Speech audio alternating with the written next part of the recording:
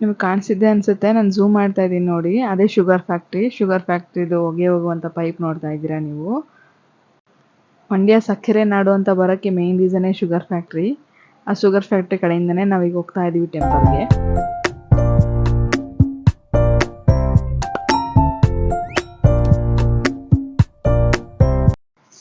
ಮಾತಾಡ್ತಾ ಟೆಂಪಲ್ ಎಂಟ್ರೆನ್ಸ್ಗೆ ಬಂದ್ವಿ. ಇದು ಫ್ಯಾಕ್ಟ್ರಿ ಸರ್ಕಲಿಂದ ಒಳಗಡೆ ಬಂದರೆ ಗುತ್ಲು ರೋಡಿಂದ ಟೆಂಪಲ್ ಸಿಗುತ್ತೆ, ಅರ್ಕೇಶ್ವರ ಟೆಂಪಲ್ ಅಂತ.